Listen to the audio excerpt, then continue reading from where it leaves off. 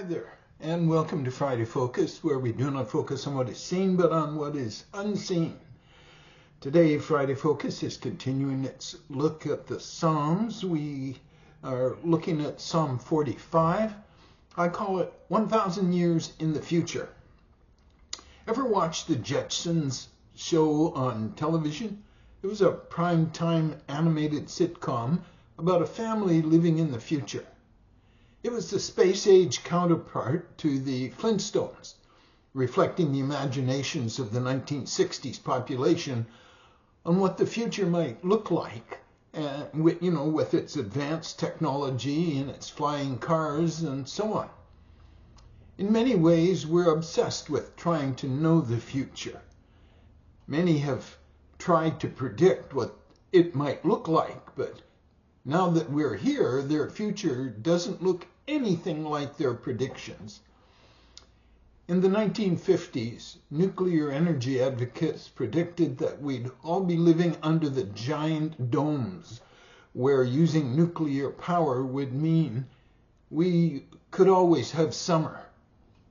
During the 70s, an artist looked at the future and came up with a cross between a 5-star resort and a jumbo jet powered by 20 engines.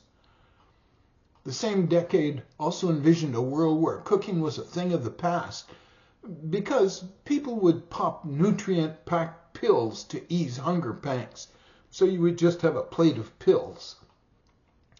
50 or 60 years ago, the buzz was all about colonies on the moon. According to the experts, we would live and work on our closest space neighbor. While some predictions were spot on, others were the stuff of dreams where people lived to 150 years of age. Disease was completely eliminated and we'd have weather control on demand. There's a Danish proverb that says it's difficult to make predictions, especially about the future. So let me ask you, if futurists have so much trouble predicting what will occur 3 or 4 decades into the future, what kind of difficulty would an individual face attempting to predict events 1,000 years into the future? Impossible, you say?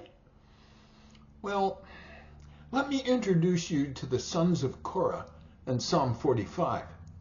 According to the introduction, it was a wedding song.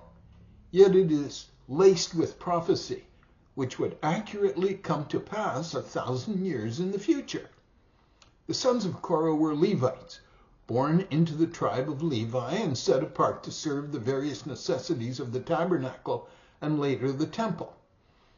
While all priests were Levites, not all Levites were priests. Some, as in the case of the sons of Korah, were in the music ministry as musicians and singers.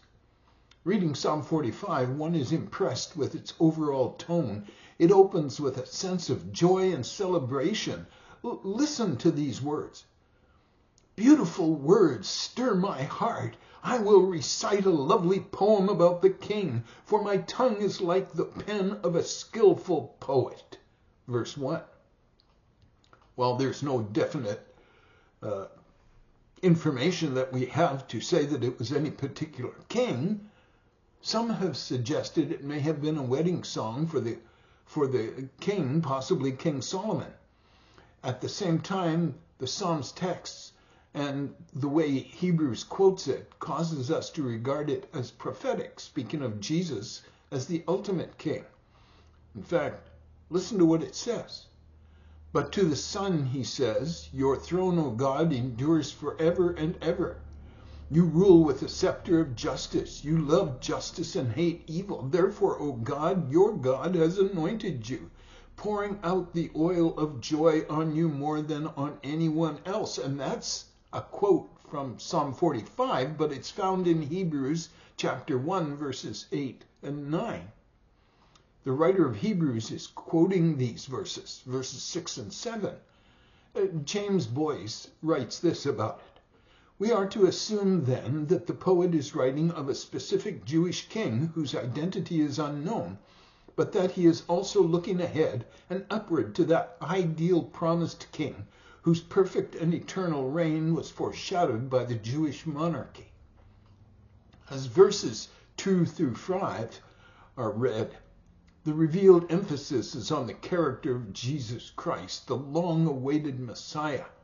Yet, although Isaiah 53:2 says he had no beauty or majesty to attract us to him, nothing in his appearance that we should desire him, yet people everywhere are attracted to him and to that beauty found in his amazing grace and love. The second verse of the psalm makes a point of the gracious words that stream from the lips of this king. And it seems to be confirmed in Jesus. If you take a look at Luke chapter 4, verse 22, everyone spoke well of him and was amazed by the gracious words that came from his lips. Who else but Christ could be called God in verses 6 and 7? As we move forward in the psalm, the scene switches to the bride. It seems to reflect the relationship between Christ and his bride. It goes on to say, "Listen, O daughter, consider and incline your ear. Forget your own people also and your father's house, so the king will greatly desire your beauty, because he is your Lord. Worship him." Verses 10 and 11. Prophetically speaking, if we knew nothing else about this king, we might think that Psalm 45 described an invitation of marriage to the king's fiancée.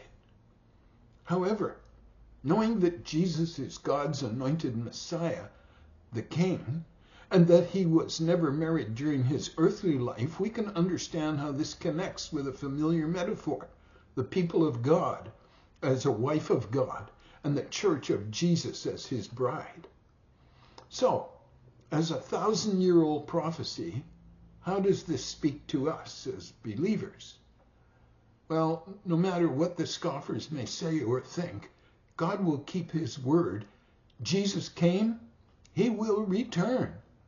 Remember, according to the Lord's timeline, as recorded in 2 Peter chapter 3, verses 8 and 9, the prophecy of Psalm 45 was fulfilled the next day, because Peter says that one day is as 1,000 years is as one day to the Lord.